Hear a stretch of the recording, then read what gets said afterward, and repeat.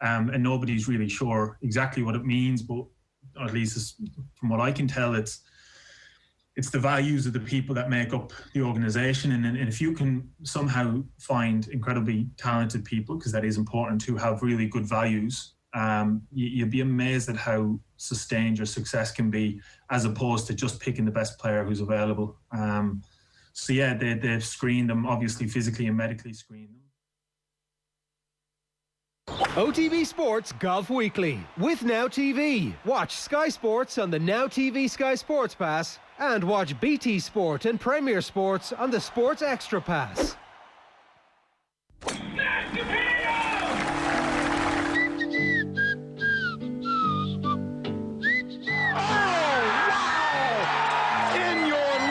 Have you seen anything like that? I'm a very confident front runner. I've caddied for 33 years, 145 wins now, and that's the best win I've ever had. I have no idea what you have. I don't know. How are we going to count all the shots? I can't keep track. I don't think he's pleased. Of course I would. That's a particularly stupid question. It's the Irish Open. Of course I want to play at the weekend. Well, hello there. We're excited. US Open 2020 at Wingfoot is upon us, and we have got a full house to get stuck into. Well, there is much to discuss. We have Nathan Murphy. Good afternoon. Good evening. Hey, Joe. Fionn Davenport. Hello. Hey, Joe. Peter Lawrie from Spawell Driving Range Course. Peter, how you doing? Hello, Joe. Great to have you with us. And you have drafted in expertise. We are very happy to say Ronan Flood, caddy to Padraig Harrington for, I reckon, 16 years now, Ronan. I make it 04. Yeah, great to have you with us. Right. Yeah. 04. How you doing? Have you got a word in edgeways over the last 14 years? Just the odd one. Just yeah. You learn to listen quickly. It's funny, actually. You came up a couple of weeks ago. We had Padraig on, and he was in great form. He was brilliant, but he was recounting that story. I suspect you've heard, not least because you were there. But in 07, when things were going very badly wrong, and his head had completely scrambled, he said it was you constantly in his ear the whole way up the fairway, trying to talk him back to some kind of composure or sanity. He said for the first 100 metres he wanted to throw you into the nearest burn, to be honest, but you eventually got through to him. Yeah, I don't think it's the first time he wanted to throw me in the nearest burn, but yes, that is one of the many times he's wanted to throw me in the burn. Do you remember thinking to yourself, God, his head's gone here, I need to somehow bring him back from something, or is it just something you did naturally without much thought? I didn't know whether to get out of bed the following day, let alone I just didn't know what, because having hit it in the water twice. When he hit the third shot, we weren't sure it was out of bounds. So when I heard it was in the water, it was at least a plus. So it was then just, we had worked on things over the years, so just keep talking to him. I know he could go a little quiet at times in those situations, so you just keep talking until you get some response. Okay. It took a little longer this time than normal. Well, it did the job. It's great to have you with us. Nathan Murphy, US Open, here we go. Yeah, cannot wait. It feels like a traditional US Open after the last couple of years of the Monday, Tuesday, all the short little videos coming in from the caddies and the players of the 3 feet of rough. Everybody's predicting absolute carnage, 10 over par, and then it never turns out to be quite that bad. I know that 96 it was, and what was it, 5 over 1? But I want a little bit of carnage, but also I want a lot of excitement. And so many of the world's best players are just playing so well right now. You just got to think it can't but be great.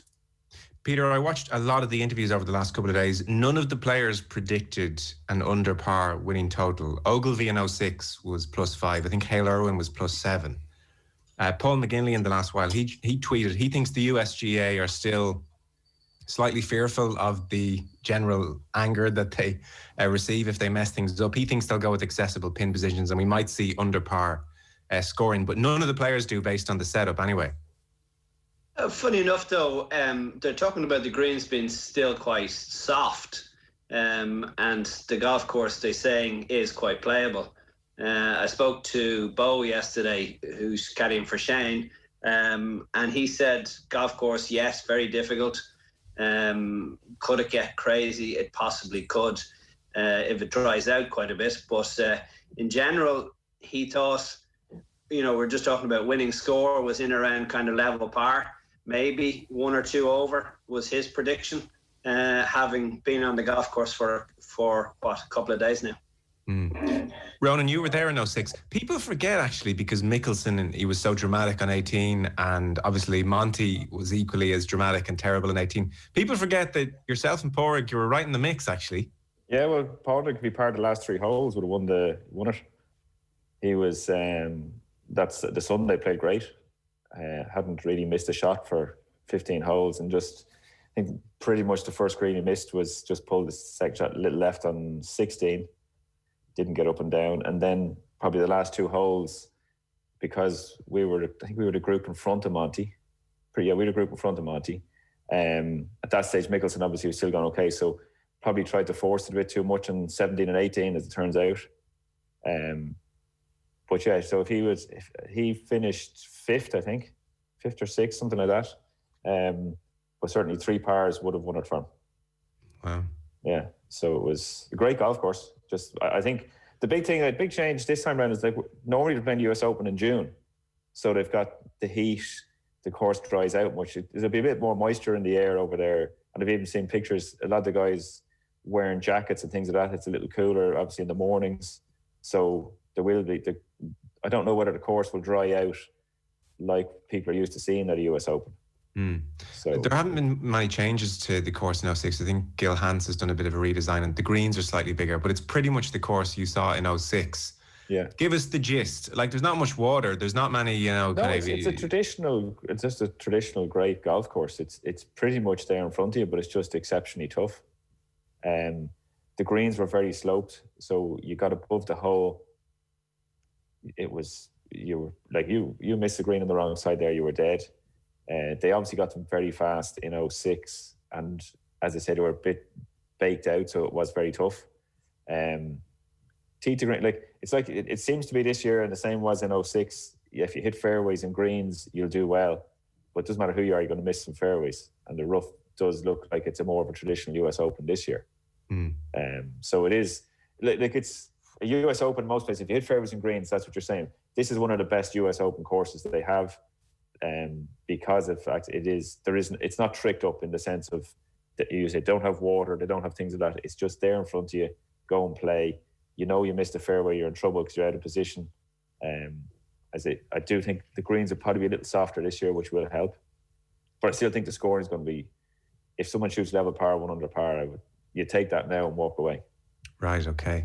This is Golf Weekly, of course. Now TV stream the start of the Premier League, Serie and EFL Championship on Now TV, and of course the US Open, your sport and your terms. Sorry, someone was coming in there. Sorry, Ronan, I was just going to ask, the debate around a course like this at the US Open is whether it gives an advantage to the shorter hitters or the longer hitters, the guys who hit it straight, like a Morikawa and a Webb Simpson, because you say you want to find fairways. Yeah. But at the same time, it's so tight, everybody's going to miss fairways. So you're better off doing, which I'm sure we're going to get into, Bryson DeChambeau, and taking driver on every hole. And actually, right, you might miss 4 more fairways, but you're 50 yards further down. Yeah, certainly they've definitely gone now. In the last number of years, golf, it's definitely gone where it's too penal to miss the fairway. That's why fellas don't hit 3 woods anymore.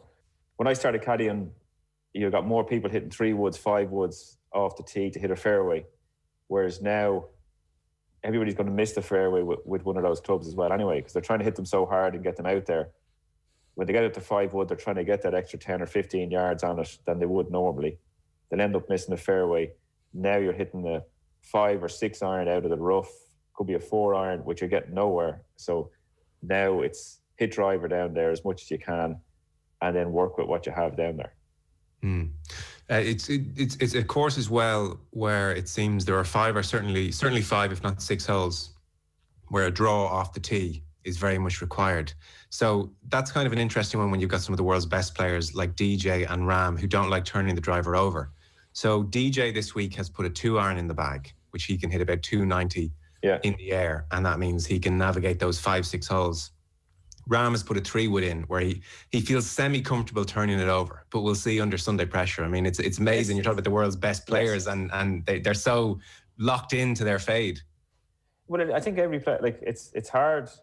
Most players have 1 shot, and they only, I think Nicklaus said it best. What they used to say was he hit a fade, and he said he only hit a draw for repair and necessity. So probably the best players with the exception maybe of Tiger, they've all been pretty much have one shot and stick with that. So it is hard when you get. That's why Augusta's caused problem for a lot of guys over the years as well. Fellas go in there with a fade and they think they have to draw it. But now the fade that these guys hit is not so much a fade now; it's pretty straight. So they can work with that. They can go back. They, as you say, they put a 2-iron in the bag now. He hits 290, so you can work with that. He's hitting that down the fairway. Then the hole, there aren't many holes too long for him. Yeah, if he's only got one shot, you can work with that shot. Fionn Davenport, we're talking winged foot, so this place is etched in history. Yeah, and I can only hope that the USGA resists the temptation to yield to the demands of both the modern golfer and modern TV audiences for golf and stick firmly with tradition. Like, it's hosted the US Open 5 times. I think the first time was 1929. And so let's say in 5 times you've got, a field of, give or take, 150 players, right? Only one player ever has had an aggregate score that's under par. And that was Fuzzy Zeller in 1984. Once, ever. That's it. So the idea of being over par is just, forgive the pun, par for the course. That's how this course plays. And I would like to hope that they will set up the course in the hope of Sandy Tatum, after the massacre at Winged Foot in 1974, the so-called Matt when Jack Nicklaus was putting off the first green. And if you look at the video of his face, he's like, what the hell was that?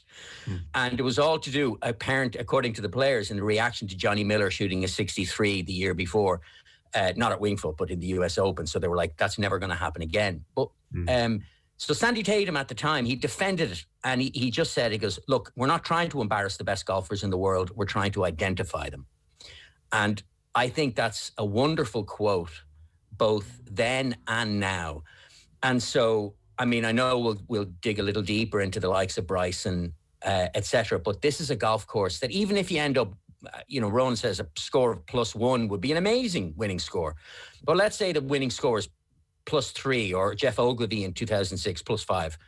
It doesn't matter, because it's all relative to how everyone else is playing. So, but that even coming in on the Sunday evening at +3, that what you've done is you have, in as much as anybody can, tamed what is easily the hardest course in America, like the way they set it up for the US Open.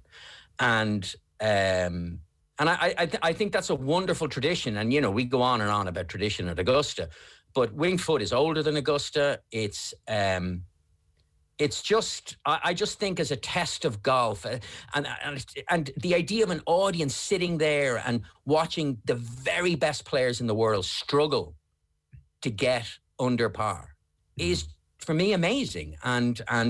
And I really, as I said, I really, really hope that the USGA resists that temptation to make it softer, make it easier, and invite players to shoot under par, because I think a winning score of +1, +2, +3 is more than acceptable.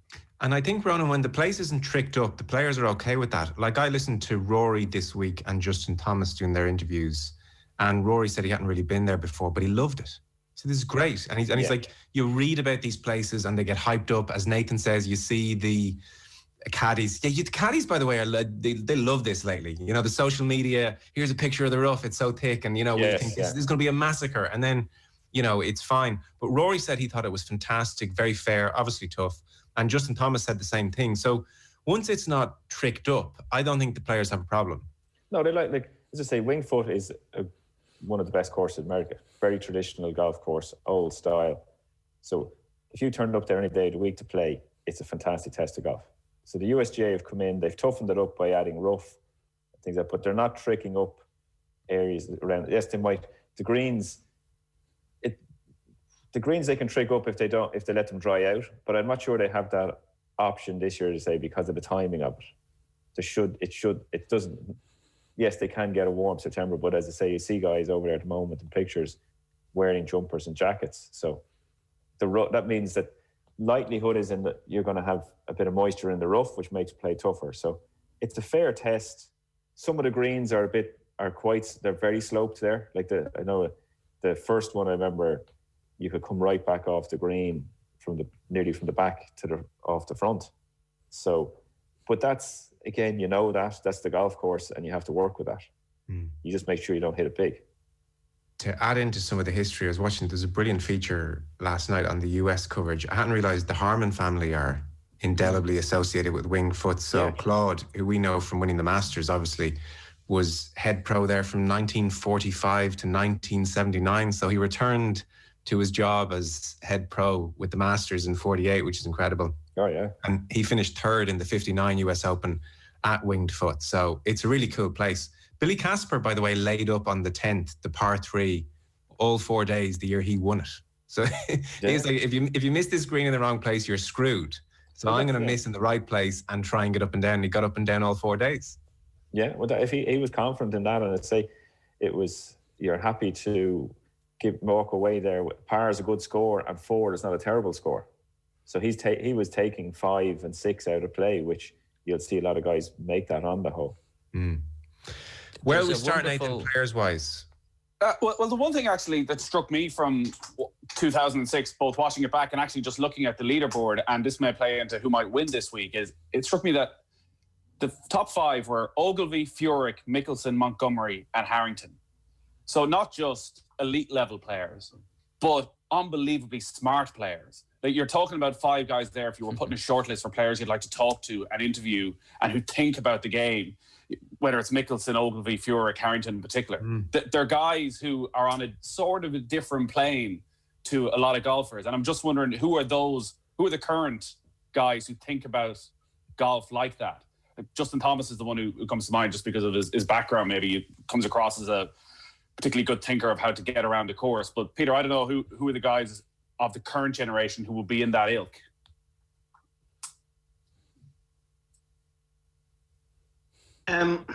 Well, we won't put Dustin Johnson in there, but he gave you the chance to say something nice, and you declined that opportunity. I know that, yeah. Positivity. Yeah.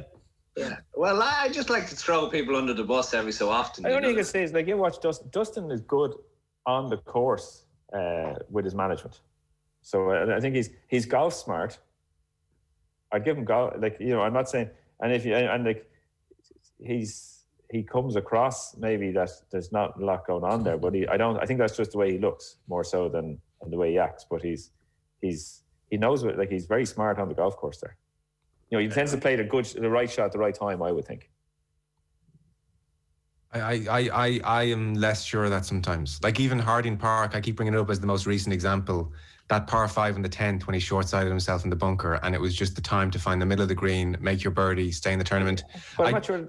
I feel there's something there. I feel like, and I was about to say, by the way, that I've been down on Dustin Johnson of late, but his recent form is so good, I'm kind of thinking, okay, this is probably, you can't actually say that he's not an unbelievably, amazing player. Is it the 25 PGA Tour wins, the winning for 13 consecutive years, the finishing top 4 for each of his last 4 tournaments that have you thinking he's doing okay? But you see, it is in some ways that all proves the point. One major to show for all of that. There's a deficiency somewhere there, and I just think too often under major pressure he has done something silly or a little bit innocuous, like Whistling Straits was a strange one, I suppose. But I don't know. There's something there, Ronan, when it comes to no doubt. I think I agree. Like, we look at him and say he should have won more, but it's not like he has won. He's one of he's in an elite group to have won a major. When you go against the guys that, yes, Rory's won 4. Jordan Spieth 3, Justin Thomas, who you were talking about a second ago, has won 1 as well. Ricky Fowler, none. I'm just saying, I do think because he's so good, people actually like to say, oh, he's actually not that good because he only won 1, even though it's just exceptionally hard to win them. You could also, obviously majors can wreck your head more than any other normal tournament. So looking back on Mickelson in 2006, and Johnny Miller was scathing, but like taking driver on 17 and 18 was madness. Like, it was nonsense. Like, for a guy who's renowned as one of the great thinkers about golf and a strategist, and I know he played this kind of swashbuckling D'Artagnan style golf for a long time, but like, you know, Johnny Miller's Johnny Miller. You don't have to run down the last stretch in a white stallion. You could just limp in there and just say thank you very much. And he didn't. Like, I mean, doubling that last one is just mental. And so, if Mickelson can fall prey to that, and I know he's 14 years wiser this year, but he also, you know, been around for 13 years in 2006. Surely DJ can be forgiven the odd indiscretion. But it's more than the odd indiscretion, isn't it? Like, this guy's been in contention a lot and has not closed in the way his talent suggests he should. And we're talking small mistakes. Like, we're talking Koepka last year at Bethpage when Koepka was falling away and Johnson was right back in the tournament. It's at that moment he overshoots the green and leaves himself an impossible up and down. And you know, on its own, in isolation, that's such a tiny mistake. It's not a big deal. But look, I still think there's a question mark. I expect this week, you know, it's every possibility I'll have egg in my face for saying this, you know, because he is starting to look really good. His putting has improved dramatically. He said, is there scar tissue there? Yeah, like, at this stage, you got to wonder, considering we're a decade into DJ. All right, he has the one, but like, you go back to Pebble Beach 10 years ago at this stage when he goes in with, you know, commanding lead over Graham McDowell. A year after that, he's at Royal St. George. He's banging contention, walking down 13, 14. Hits a shocking shot. So there's consistently every 18 months, he puts himself right in there and something goes horribly wrong. At some stage, he's got to, like, I know we like to think that it goes in one ear and out the other. Like, there has to be some sort of effect on him. Yeah. Well, I'm sorry, we're not even mentioning the US Open. Jordan Spieth won Chambers Bay, you know, where he's on the green and he three putts from now. Now, his putting has improved, there is no doubt, but like that is plenty of scar tissue. And you know, people say, oh, he's stupid, he doesn't care. I think it's the opposite. Like, he's not stupid enough to not know he's in the major. I think he gets tense, and I think he tightens up a touch. Maybe Ronan, he's in such a good run of form at the moment, and he's crushing all around him, that he goes out here Oakmont style, leads from the front and keeps on leading. Well, yeah, he didn't lead all the way through, obviously, in Oakmont either. Well, on the Shane, Sunday almost. Yes. Well, yeah. Shane had a chance. That obviously was going out leading that day. Oh, that's true. Yeah. The back nine, was it when did he take over that tournament? Because once he got ahead, the 9th, was it? Around that time. Shane, I think, had a bad start. He was 4 shots ahead going out. But I'm not disputing. I would agree. I think DJ does have some scar tissue. I don't care who you are, to have missed the majors that he has over certain things. There's no doubt that leads to scar tissue. I'm merely saying that I think yes, we look at him because he's been in contention more than probably most other guys. Like, over that period of time, you might say probably Rory is probably the other guy who's been in contention as much in majors. He's come away with 4. DJ has 1. So, but you can't win the amount of tournaments he has and not be a great player as well, is what I'm saying. So do I think he wins this week? I actually probably don't think he wins this week, because I think he's come in on such a good run of form, and he will have had, winning the FedEx Cup will be such a high, having played the way he did. I think it's for the build-up of this would have been so quickly after that. I think it could be a struggle for him. But if someone, like, there's no doubt he's a good enough player that he could easily prove me wrong. Well, he's the favourite, we should say, not surprisingly. And to his credit, actually, and I think it's Padraig who has made the point, there are some people who get in contention, lose, and take it so badly they never want to experience that pain almost again, so they never get in contention again. To DJ's eternal credit, he keeps coming back. Like, it's really admirable. So at the moment, the bookies see it as Johnson favourite, then Rahm, Xander Schauffele, Justin Thomas, Morikawa, McIlroy, Bryson DeChambeau, Cantlay, Webb Simpson, and on we go. Nathan, who's catching your eye in all this? I do like Justin Thomas. Again, I think he's just so solid and is one of those players who, if he finds himself 4 over after 9, won't panic, won't play himself out of the tournament, will just keep hanging around. Like Webb Simpson, you always just like to think around a US Open. Like, on odds there, McIlroy is the one, because suddenly he's 5th, 6th favourite. Like, even for first round leader, if you're having a bet, McIlroy's 25-1. Thinking, like, it'll be a while before you see McIlroy at those sort of odds again. So Justin Thomas is definitely the one I've been looking at over the last while. Justin Rose, I think, is a good price at 40-1. Again, obviously has done it before. So I just sort of wondered, should I go for an absolute bomber? Like, do you go for Cameron Champ or somebody to just steal in from nowhere and somehow win this? I'm confused. Tell me, has Justin Thomas got bones on the bag this week, or is he back with his original caddy? Back with his original. Right. We should say, Ronan, you should love this pod, Ronan, because caddies get more credit on this pod than any other show. I do. I regularly get updates. All right from is all right. That's, yeah. The champion of the caddy is far more important than the player for Peter. Absolutely. Oh, I know. Yeah, but Pete was always a great man for like. And look, I would always say the great players are great players. Pete would have played and won on the European Tour with no caddy because he was a great player. And as would like the likes of DJ and these guys will win, but it's certainly having someone that you trust beside you is a big factor. It doesn't. I put it down a little bit like football managers. I think it's not necessarily when in football I always look at it and see you get into a circle of if you've managed Man U, well, all of a sudden then, or if you've managed Barcelona, even if you haven't done well, you can move around within the top tier. But for me, the most important thing with a caddy is this guy that you get on with and trust when you're standing there. It doesn't matter if it's a marquee name or if it's someone you've never heard of. It has to be someone that you are comfortable standing beside and you trust them. Ronan, can a player lose trust in a caddy over one shot, one mistake? I would think if a player loses trust in a caddy over one shot, well, he's looking for an excuse. Because there ain't any caddy out there who's going to say they've never made a mistake, they've never given I'm not saying a funny yardage or made a bad call. That's like, is there anybody in your business who hasn't made a bad call or done something like everywhere we know we make mistakes.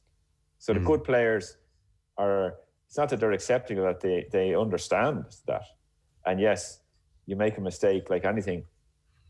If I go out there and I'm caddying for Padraig, if we're in the US Open this week and I make a mistake on the first or second hole, I feel every bit as bad about making a mistake as, I feel worse about it because my mistake can affect him and the score on the hole and how we get on the tournament. So I think if the players said he loses faith over one shot, he's looking for an excuse to maybe finish up with that caddy, or he's just, in my mind, mentally weak and is looking for an excuse to have in the back of his head. And what's your method or protocol with Padraig? So say you give him the 7-iron and it turns out it was an 8 and he's gone over the back of the green. Do you just quickly say, that's my bad, and you park it? Or do you get the Ted Scott treatment from Bubba? No, Pat, no. If the way we do it is we both, so I'll give my opinion on do the yardage, obviously, and I'll give my opinion on the club and say what I think it is. He'll tell me what he's thinking, and generally we're in the same ballpark. I mean, it's very rare we're not. If I convince him to do something, or if I say, and it's wrong, I say, look, my fault, that's, but he's good. He knows I'm not out there trying to make a mistake for him. So I'm out there, we're the two people out there working with the same goal. So as I say, making a mistake, if it's me that makes a mistake, I feel every bit as bad, if not worse, than he does, because it was my mistake that caused the problem. So, Fionn, thoughts on Tiger? I'd be shocked if he made the cut. Shocked, honestly. If he made the cut, I'd be delighted, but I'd be shocked. This is also, to go back on a second, Nathan was talking about Justin Thomas, and obviously Justin Thomas is such a terrific player, but looking at his form, this is a guy, he gains a lot of confidence, like all players do, but going on birdie runs, and I don't think there's going to be a lot of birdie runs here. I think the likes of a Patrick Reed is a good look. I mean, Morikawa, and then obviously John Rahm. Like John Rahm, I don't know why John Rahm isn't the favourite. He's the game for this. He's unbelievable. Have you watched DJ has just played great for 3 weeks going in and won the FedEx Cup. So I'm not disputing you could say John Rahm is one of the favourites, but how you could say you don't understand how he is not the favourite. Yeah, that's suggests that you've actually come out of a bubble from 4 weeks ago. Yeah, that's true. I guess it goes back to that earlier point. As much as I think, obviously DJ's playing out of his skin, but it's Joe's point is that to do it 4 weeks in a row, to maintain that just level for 4 weeks, isn't that just kind of goes against form, really? Is that you're going to have a low. You've won the FedEx Cup, so you're in a dip. Just in terms of getting up the emotion or whatever it is that you need. You're clearly right. Look, DJ is I just think Rahm just looks... Morikawa, I know Morikawa is an unknown quantity in some respects because, you know, this is the first year we've seen him, but he just moves the ball beautiful. Well, he'll find fairways for a start. He'll find fairways. He's a smart player. He's metronomic in the way. I'd have to say I'd be again surprised if Rory turned in 4 very good rounds here, and not because he isn't capable of it, just because his form suggests. And also, as well as remember, of the 8 US Opens he's played in since he last won one, he's missed 4 cuts. So, Pebble last year was about his best effort in a while. Yeah, you know, there's no doubt he has the game for it, but I don't. Well, it's how much is he practicing? That his game is there. Yeah. Yeah, you know, I mean, look, with his ability off the tee, he should be feeling good straight away. You know, he's got a better chance than half the field just right off the bat. On Woods, he's turned up looking very lean. Can I say? He has been playing sneakily good. If you watch all his rounds over the last while. This is always the strange thing to say about Woods. It's just his putting at the moment is the question mark. He's going with Old Faithful. I don't know, Ronan. I like, you're talking strategy, you're talking thought. This guy was only thinking about the majors this year. I mean, for the last couple of weeks, everything he's done is building up to this week and getting his body in the right place. And I just saw him. He looked good. He looked composed. Like I said, he's been hitting the ball better than we think. I saw worry. A few swings, I agree, Yeah, swinging it well. Now, look, he's probably still going to have a few mad drives which go way, you know, into the rough. But look, that's Woods, and he's won. But every player is. Everyone's going to have that. The straightest guy in tour only hits 3/4, like at best 3/4 of the fairways. Right. So he could conceivably turn up and you know, if that putter's feeling good and he doesn't have to worry about someone shooting a 63 on a Thursday and he has to do extraordinary. He just has to hang around. That's why I kind of look at him and I think, one more time, Tiger. One more time. I would say absolutely. I think Tiger, I couldn't rule Tiger out. I'm amazed everyone has either not mentioned him or going against him, because for no other reason than, to me, the best player ever to play the game. If he turns up and the one thing he has over probably everyone, he doesn't give up. There's nobody in the field who wants it who will try as hard as him. So I couldn't back against him. Would I back him to win? I don't know what price he is. He's about 40 to 1, 40, 50 to 1. Yeah. So it's, I mean, do you not think, Ronan, now that there's so many good players out there that Tiger doesn't have that kind of Tiger factor anymore? You know, he does on a Sunday though, Peter. He did at the Masters last year, no? Yeah. Like when his name was on the leaderboard in the back 9, did it not all come back very quickly? The 3 guys made horrendous mistakes, yeah. That could be Tiger factor. I think the only issue with Tiger is if he's fit. He knows how, because his back is so bad that he's trying to manage his back for certain weeks so that he's able to play on a given week.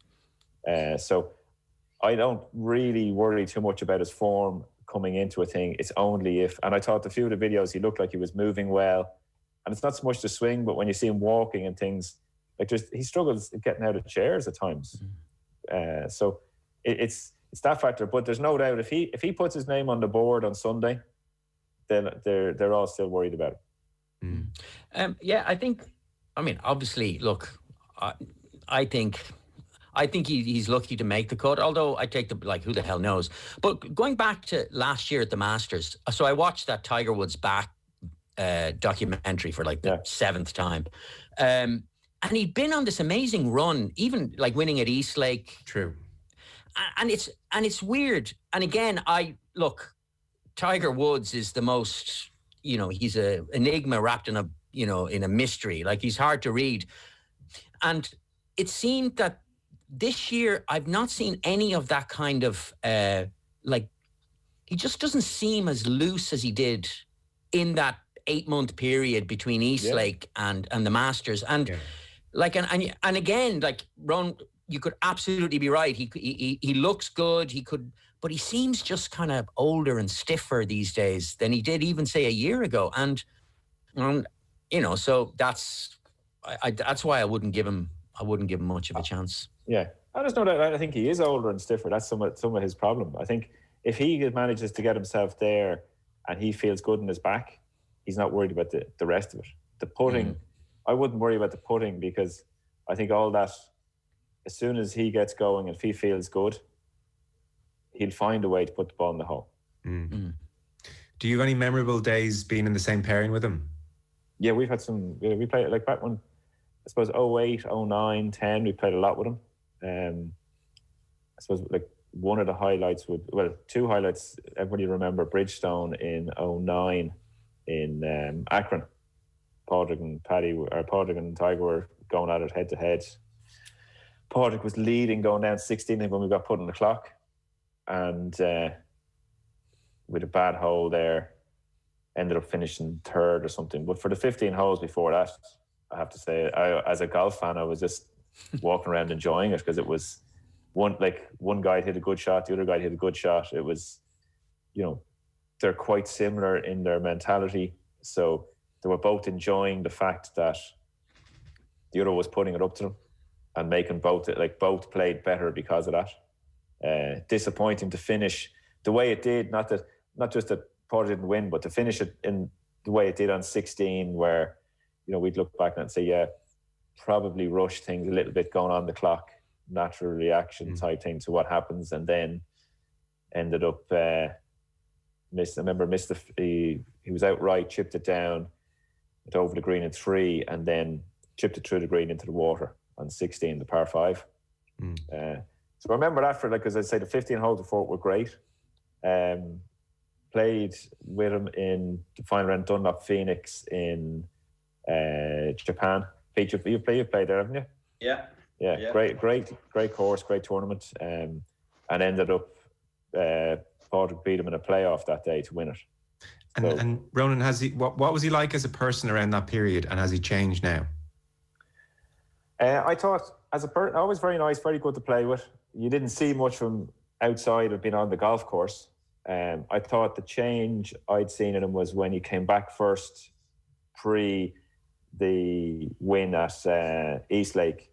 He came back as, I think it looked to me like he came out not knowing whether he's going to be able to play golf, and he was out a little bit enjoying it, had mellowed a little bit in the sense of, not that he wasn't friendly, but he was much more chatty to people on the golf course. But then Eastlake, the Sunday in Eastlake that he won, was the first time I saw the Tiger that we had seen, which was, if you ever watch that back, I think pretty much the first time he talks to Rory is when the crowd come in on 18 and it's all over and he's won. And that was the first time, to me, the modern guys have seen that. A lot of fellas hadn't seen Tiger play. He turned up that day to win, and he was he will say good shot to you on the course, but on a Sunday when you're batting it out, you'd have the odd conversation, but it wasn't, not a huge match. He was very much, and I say himself and Padraig are quite similar. There'll be a lot of similarities. They were both there to beat the person standing opposite them on the Sunday, and try and win the tournament, and then shake hands at the end. And that was the first, when he won in Eastlake, I remember sitting there watching. I was in Portugal watching it, and it was really the first time I'd seen for a couple of years where the Tiger had come back out to be the old Tiger.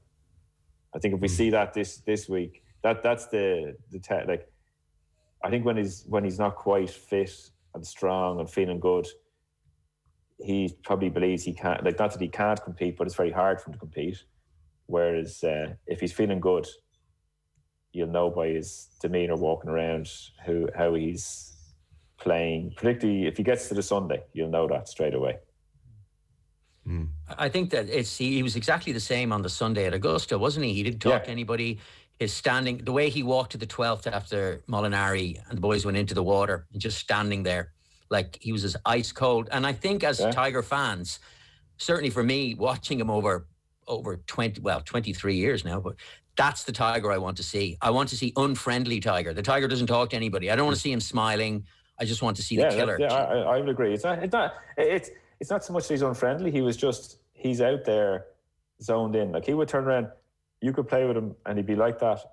The great thing with Tiger was, like, when he would say good shot to you and you knew it was good shot. Whereas you could play with other fellas, and Pete will attest this over the years, you know, fellas would go, every shot, good shot and good swing and this, that, and that. Like, they're just saying things. Tiger will say nothing, and until you hit a good shot and he says good shot, then he'll say good shot. But he's not out there pandering to keep you happy. But he was not, like, he was always good to play with and stuff, but they're just, on a Sunday, when you were at the business end of it, he was there to win. I think that's for me, like, he is, the willpower he has to find ways of getting it done. It's like when Damien played with him in Dubai one year, and played with him actually Saturday and Sunday. Yeah. And I think Damien shot 70 or maybe 69 on Saturday, and Tiger shot 70. But they were all talk, no problem, going around the golf course. And Damien said it was unbelievable to play with a guy that he thought wouldn't say a word to him. Yeah. But come Sunday, with a couple of holes to go, he changed into a different person. He sniffed a chance to win, and he finished maybe 4 or 5 birdies in the last couple of holes. Holes a huge putt on the last, and wins the tournament. Yeah, that's Tiger. I would say that, like, the Tiger that I've been lucky to see, obviously with caddying for Padraig up close, is that guy. That Monday through Saturday, and even like early doors on a Sunday, very, you know, nice, not like reasonably friendly. He wasn't. I'm not saying, it's not that he wasn't friendly, but he was still there to do his job. But once it came into contention, like back 9 on a Sunday, it was a different animal. And that's why I said, like, Padraig's the same.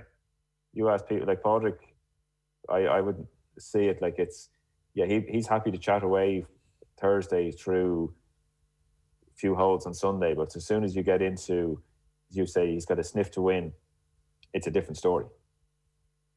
So yeah.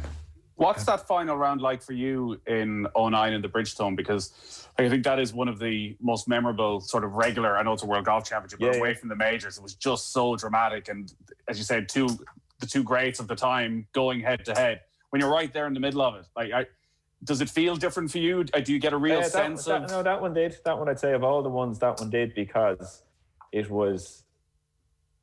Padraig was playing well, and when Tiger hit a good shot, it made Padraig hit a better shot, and when Padraig hit a good shot, it made Tiger hit a better shot. So it was...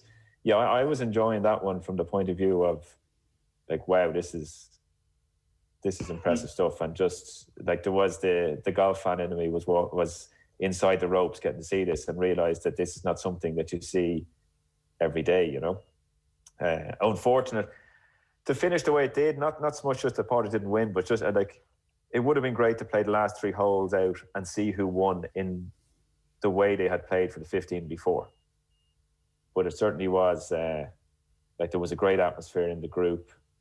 But like, they're very similar in a lot of ways, because they both want to win.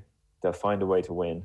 They want to win, but they want to win fairly. It's not that they're, you know, they enjoy the battle, and when they're finished up at the end, that's what it is. And the winner is the winner. That's fine. But it was like, to see 2 guys that day, the opposition made the other side play well. Phil Mickelson, I suspect, is someone you've got to know a little bit. I know Harrington is friendly with them.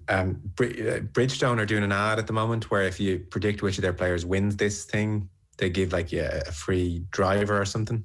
Yeah. So the ad comes with all their players, you know, making their case.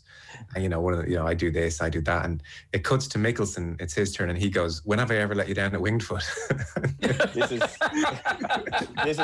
I'm assuming it's Callaway, is it?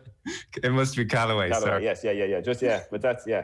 Mickelson's a great guy. I think like, he gets a lot of stick, but he's actually on a 1-to-1. He's a great guy, great fun.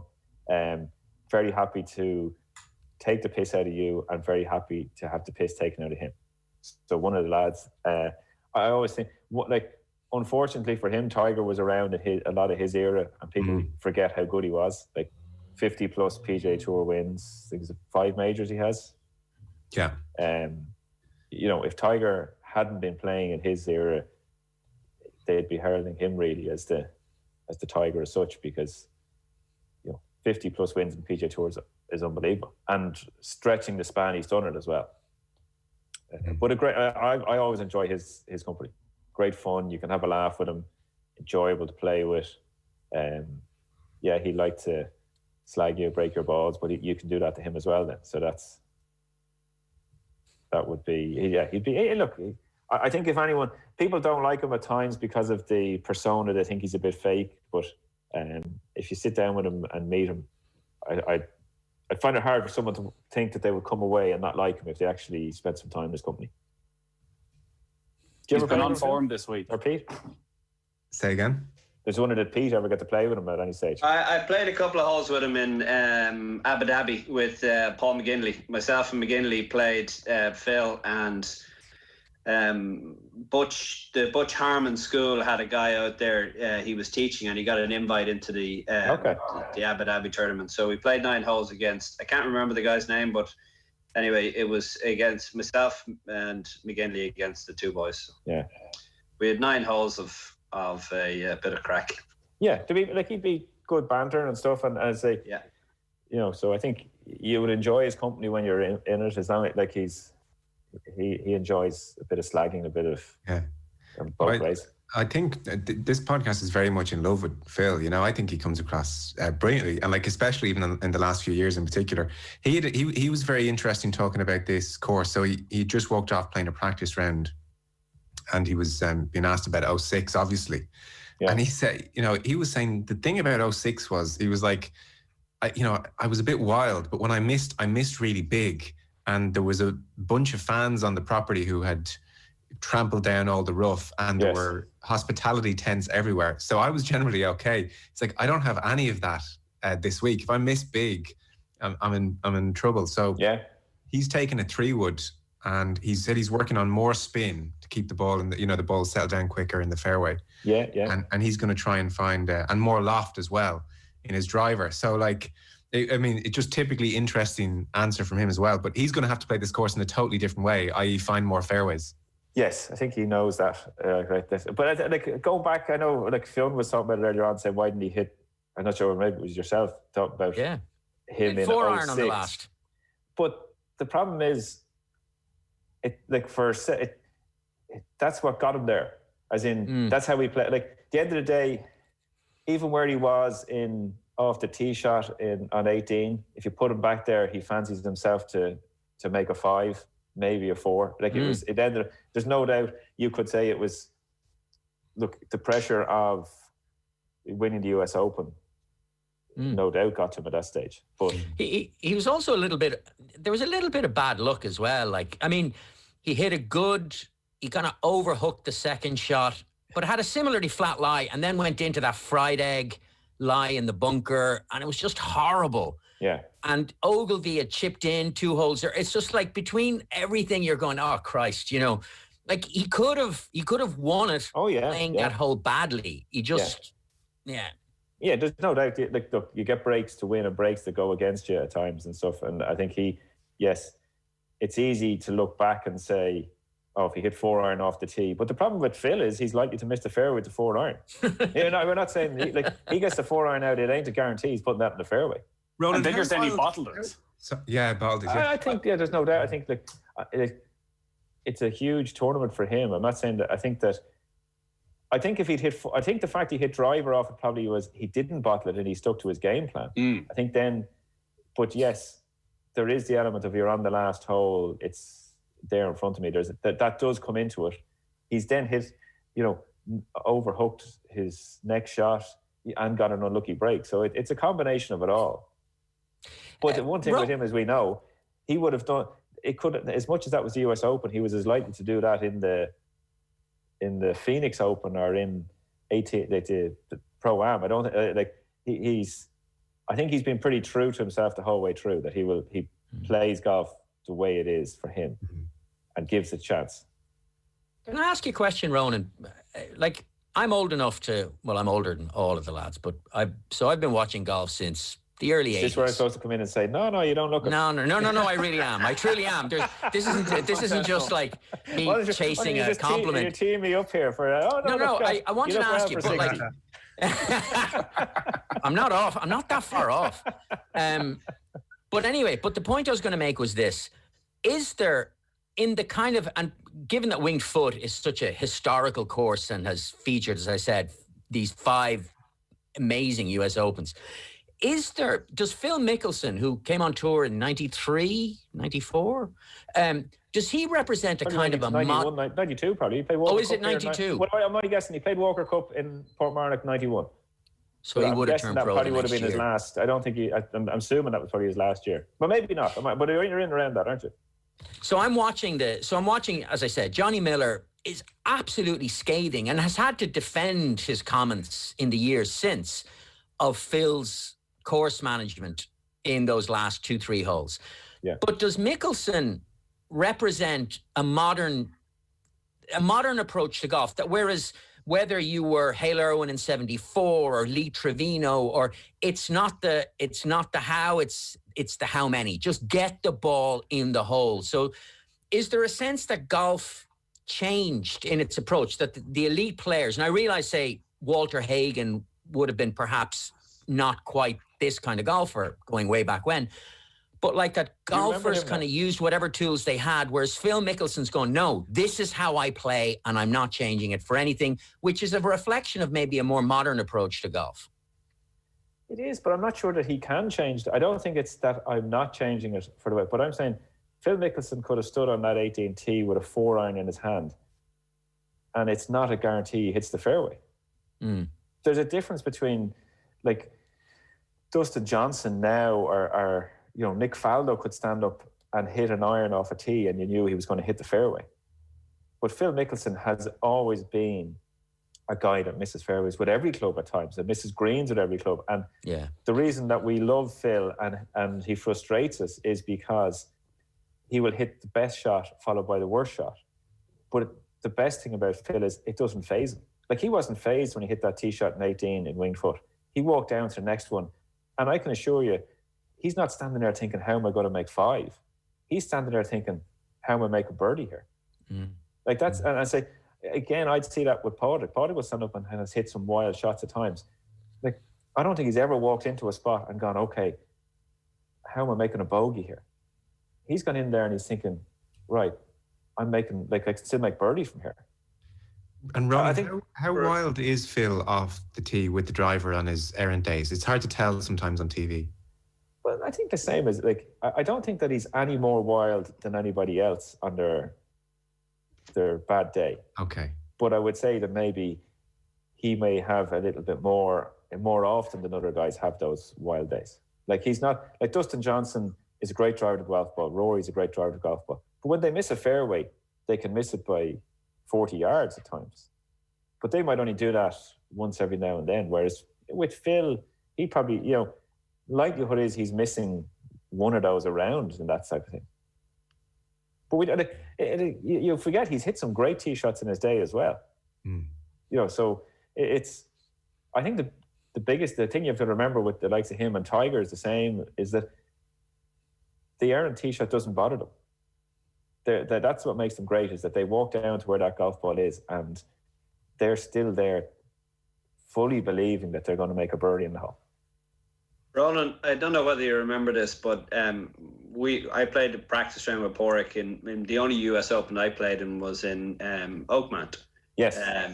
And I think we played on the Tuesday, and Porrick, I don't think ever hit it so badly off the tee. He hit it everywhere.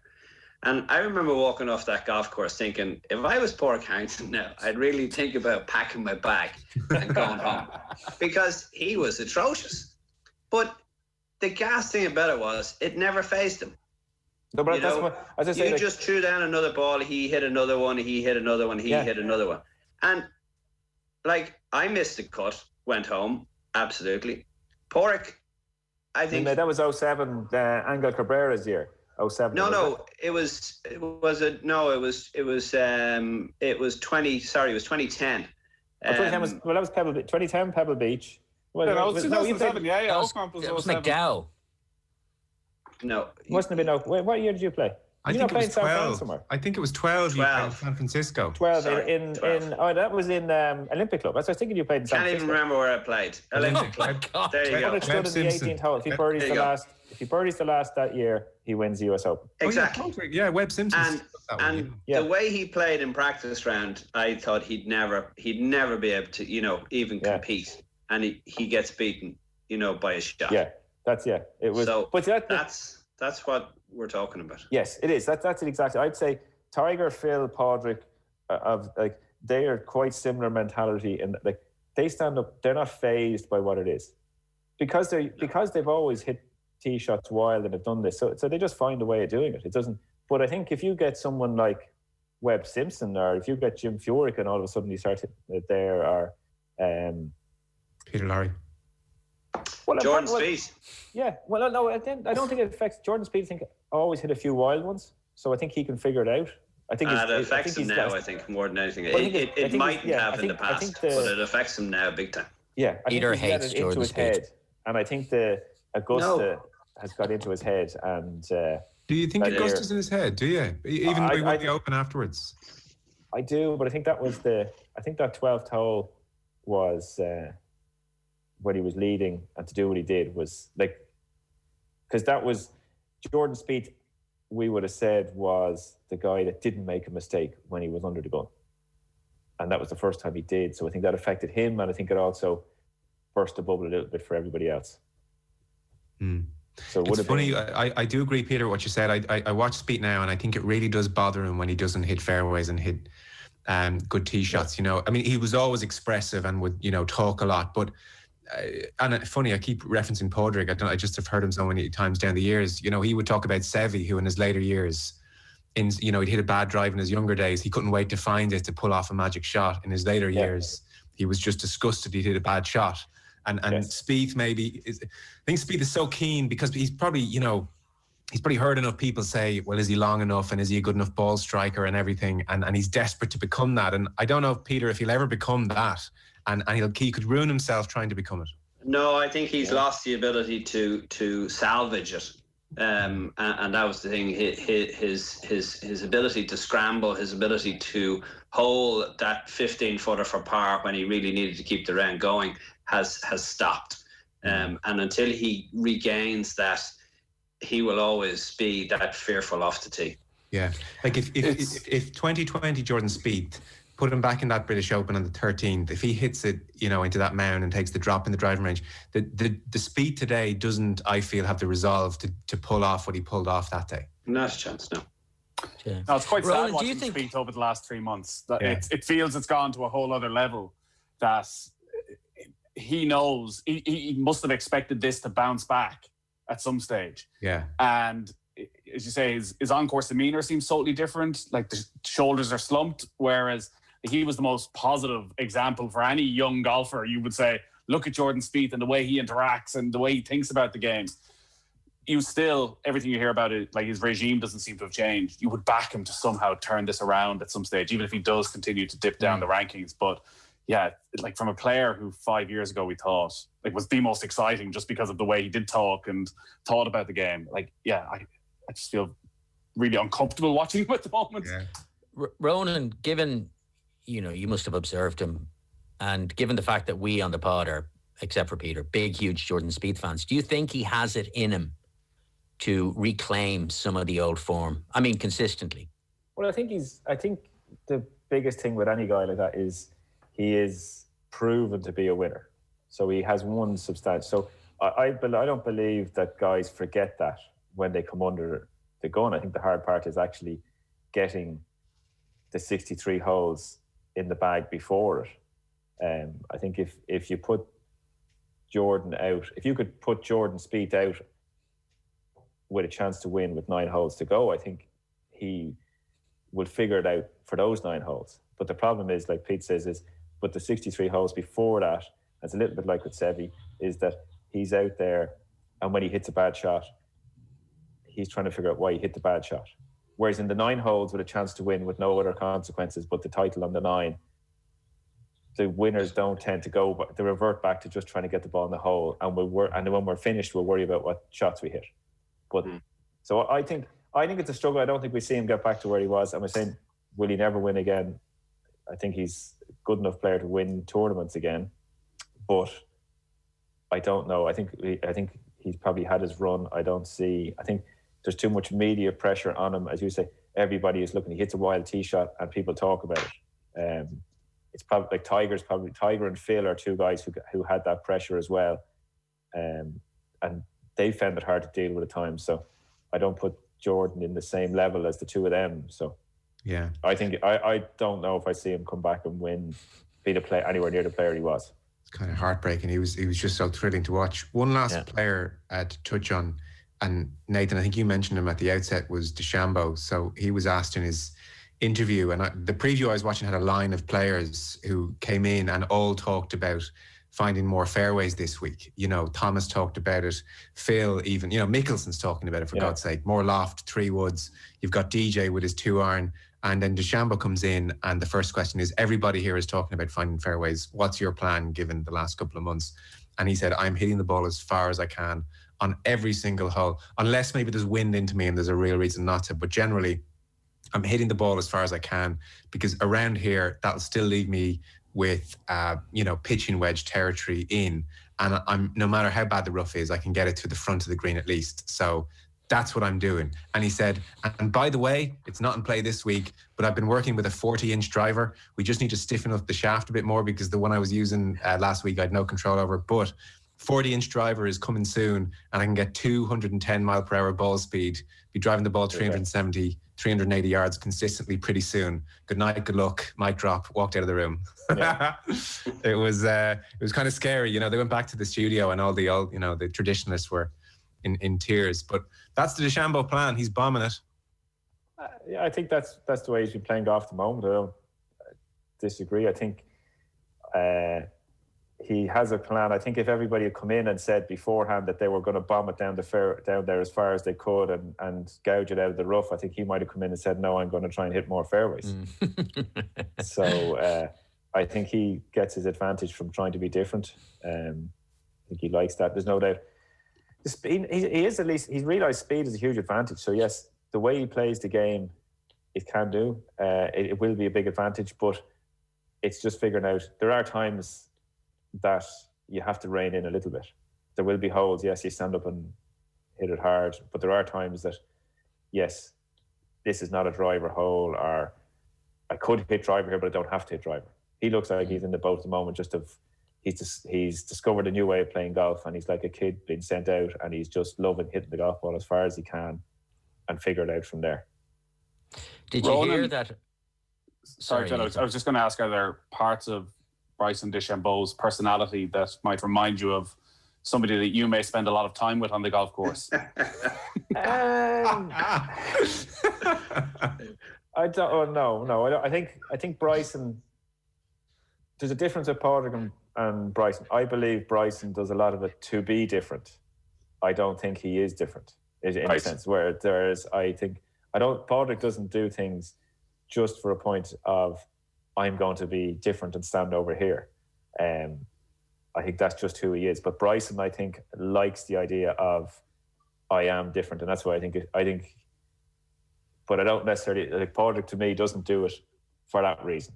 He might be different with his thoughts and what he's done, but not for the same way that Bryson is.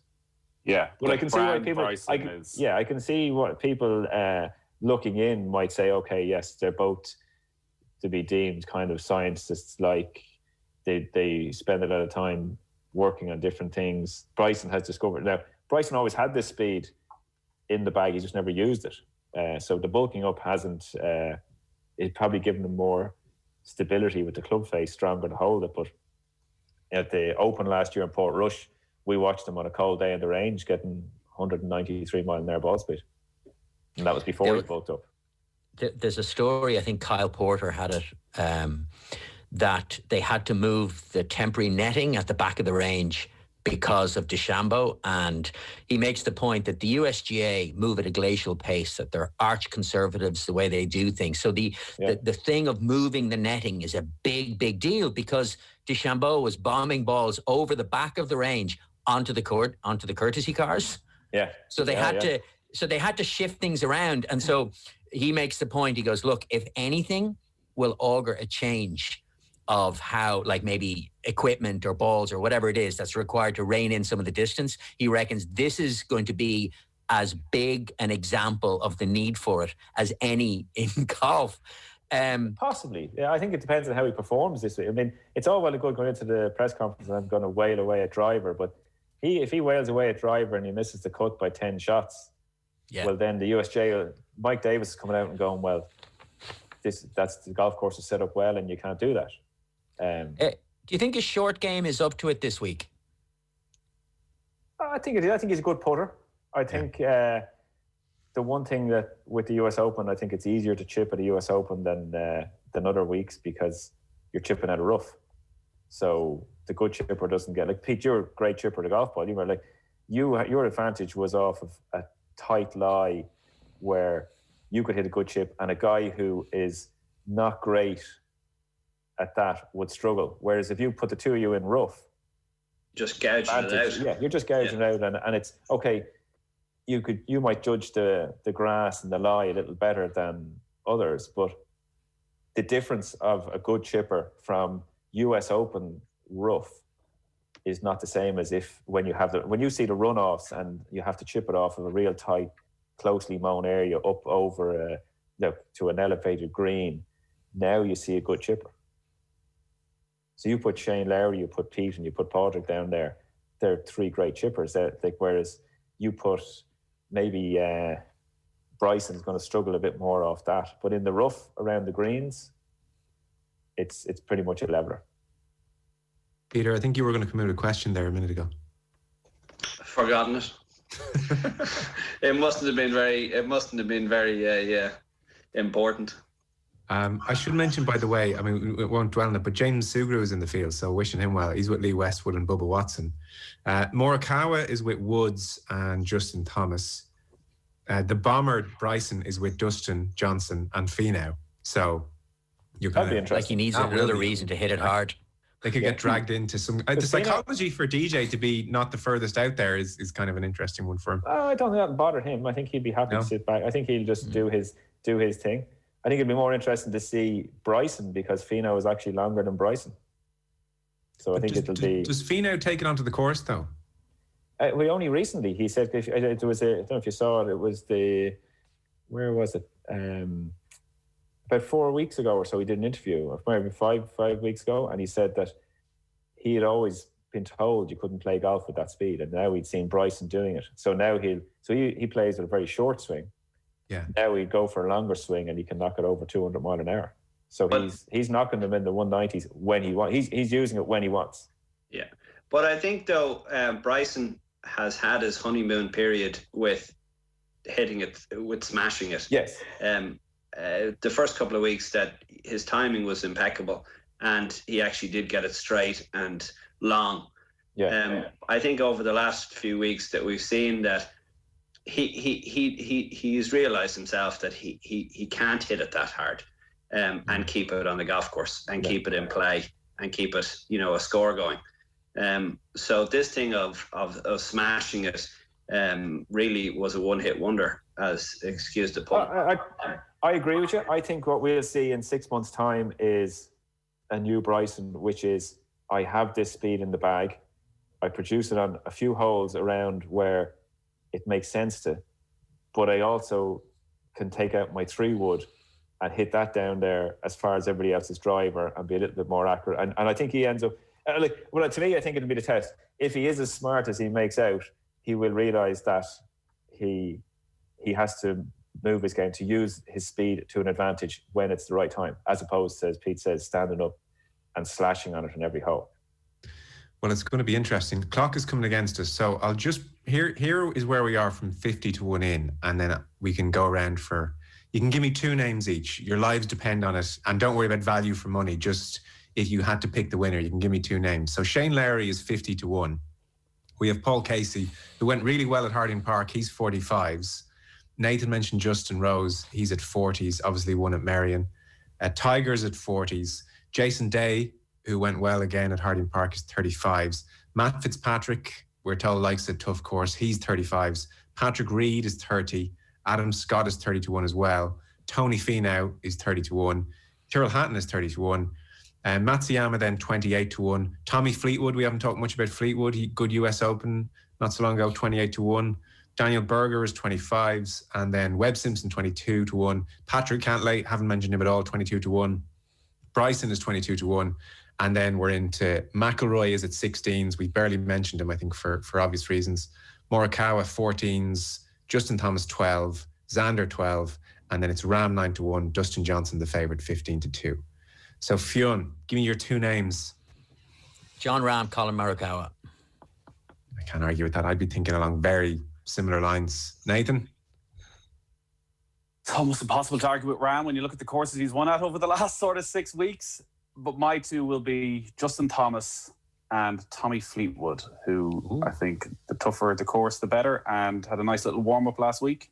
Peter, you've been on an outrageous run. Now, we all know you're just ringing the caddies and just asking them what's the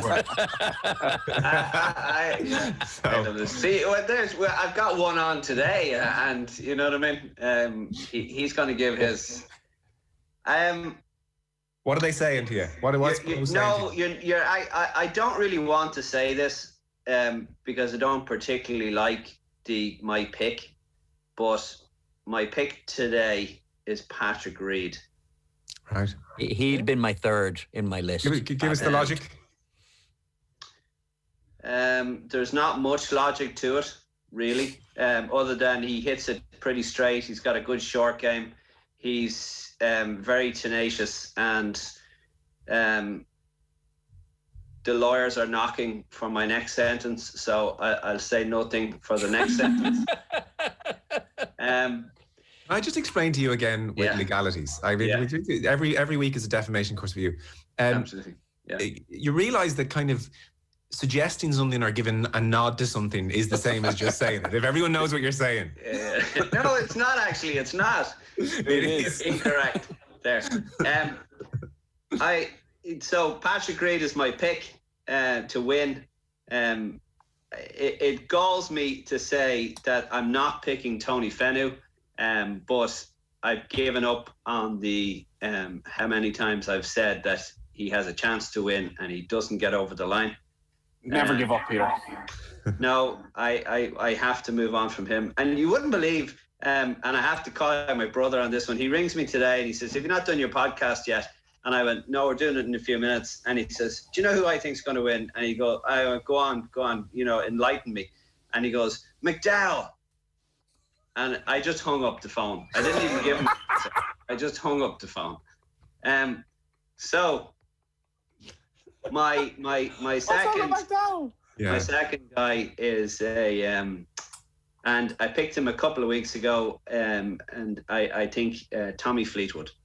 Okay, we've two Fleetwoods in there, right, Ronan? So you've got your ear to the ground. You're hearing everything. Yeah, well, I'm struggling to come up with two. I'm struggling not to limit it to two. I think. I like Tommy Fleetwood myself. I think Shane's going to have a good week because I think he drives the golf ball well, and it's a tough course like Oakmont. I just fancy him to come out and have a good week. But the guy I think could win is Xander. Right. Ooh, nice choice. Yeah, we never talk about Xander for whatever reason. He's just not someone that kind of we're an Irish audience is that into. So give us a sense of him. A lovely guy as well. Californian, lovely lad. Goes about his business. Not, I think that's his problem, is that he's just a nice, normal fella. He's not flamboyant. He does everything very well in his game. I think he drives the ball well. So, and he played well. I know he likes Eastlake. He did well, obviously, in Eastlake at the Tour Championship, where you need to hit fairways. Has a good record. That's what. So I just fancy him. I think I've heard he's been playing very well during the year in practice out in San Diego. I'm surprised he hasn't done a bit better from the way he's been playing in practice, from what I've heard. I thought he would have won more during the year. So I just think he'll give it a good shout. And I really like Tommy Fleetwood's game for it. I'm not sure that I'd probably backing him more each way. And I think Shane will do well. I think the only problem is if from a betting perspective, backing him with an Irish bookmaker, his odds will be lower than they should be. But I think he drives the ball well and will have a good week. Looking at Shane Ronan, he looks a bit homesick, and that would I would have loved to see him be home for a couple of weeks and then go back to a US Open. He's back on Monday, so maybe that actually is sort of weight off his shoulders. He's got Neil's out there now, which and I don't know if Neil had been out before this during the lockdown and stuff. So I think this could be Neil's first trip out there. Well, that's good. I think that would be a big plus. And Bo obviously at least Bo I think was home and went back. So again, at least it's a bit of a connection. So I just fancy my total logic with Shane is that I think his biggest strength is how well he drives the ball. When he drives the ball well, the game is easy for him. There's a new driver in the bag this week, I think. He has. A set of irons, has he? Or a new driver? There's talk of a new driver in the last week or two. Okay. Well, I don't think if he's getting the old one out, he performed great with that old one. So, and I think he will like the visuals of the golf course. As I say, it's like Oakmont was a good tough golf course, but there in front of you as well. Like you could see what you had to do, and Wingfoot is similar sort of style, old style, a lot of trees. You'll need to move it around, as you say, draw it to be holes, you need to fade it, and he likes to move the ball. So I fancy him for a big week. Wouldn't surprise me to see him having a shout on Sunday. Okay. Tommy Fleetwood is just a great US Open player. I think that guy he's like an iron barn. Yeah. Yeah. What about you, Joe? I would lean towards Ram and DJ. Wow. There you go. Well done, Joe. That makes me feel better. Yeah. That makes me feel better about Ram and Morikawa as being really obvious choices. What about Jason Kokrak? 100-1. I actually, someone, like I was looking at it and I was thinking, Jason Kokrak is a guy at that price that you could have certainly have value in, because he's either going to blow up or he could easily finish. He's big and strong, and when he's playing well, he drives the ball well. So Peter, when you say that, I've been just reliably informed. So someone is like watching live and close to the scene. He's put the old driver Shane back in the bag Monday afternoon. So the old comfort of his driver is there. Peter, when you say he looks a bit homesick, is that the same way you thought Rory McIlroy looked a bit distracted in the last? Yeah. Observing these things, is it? No. I look. I can prove that I knew nothing about Rory. Right. Nothing. Okay. And as I can prove, no, I just thought, he shot 4 under last week, and then Friday just looked off. Just looked like, he didn't want to be there. He looked angry, which is not like Shane. Yeah. And that to me is a sign that somebody wants to go home. Well, maybe. I think he's been in the States. He moved out there before January, lockdown. Isn't it? Yeah, January, February. Been a long time, and obviously Wendy and their little girl have been home for a while as well. So it is tough, but I think Neil coming out will be a big help. Okay. And also New York. I like playing there. I remember Padraig won Westchester, which is just down the road from there, in 2005. And obviously did well in 2006 and it's like a home gig. I know there won't be fans there, but everywhere he goes, there'll be a lot of Irish. He'll know a lot of people over there. It's a much friendlier place than Napa Valley, where he was last week, and some of the other places. So I fancy him to be a little bit more relaxed this week, I think. And Key, I think he's a good driver with off ball, so he's got a good chance doing well.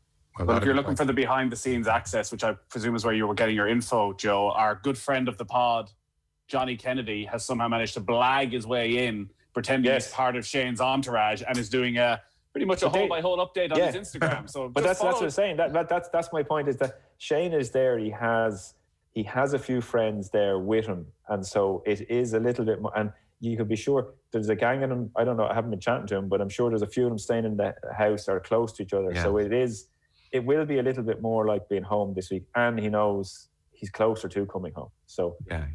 No, it's true. A finder's fee to the Long Hole pub in New York City on its way. Yeah. So, the Westbury, the upcoming Westbury, his new one out there. Don't forget to mention that one now. If you're gonna, really? Does he? If you give him a dig for one, give him a dig out for the two. His empire is growing. If only we could ever get there. Yeah. So listen, we're soon. You should go out there and do an off the ball from the Westbury when it opens. We'd love opportunity. Yeah. So we're way out of time. So as ever, Golf Weekly with thanks to Now TV, where you can stream the Premier League, Serie A, and obviously the US Open this week. Sport on your terms. Fionn, thank you. Nathan, thank you. Peter, thank you. And Ronan, it has been a pleasure. Maybe come on in 6 months' time when things quieten down. It'd be great to even just chat to you about life over the last 16 years a bit more. It'd be great. But thanks so much. That was great. Enjoy the golf, and best of luck when you and Padraig are on the road, I think, next week. So thanks, lads. That is us done for this week. We will talk to you next Thursday. OTB Sports Golf Weekly with Now TV. Watch Sky Sports on the Now TV Sky Sports Pass, and watch BT Sport and Premier Sports on the Sports Extra Pass.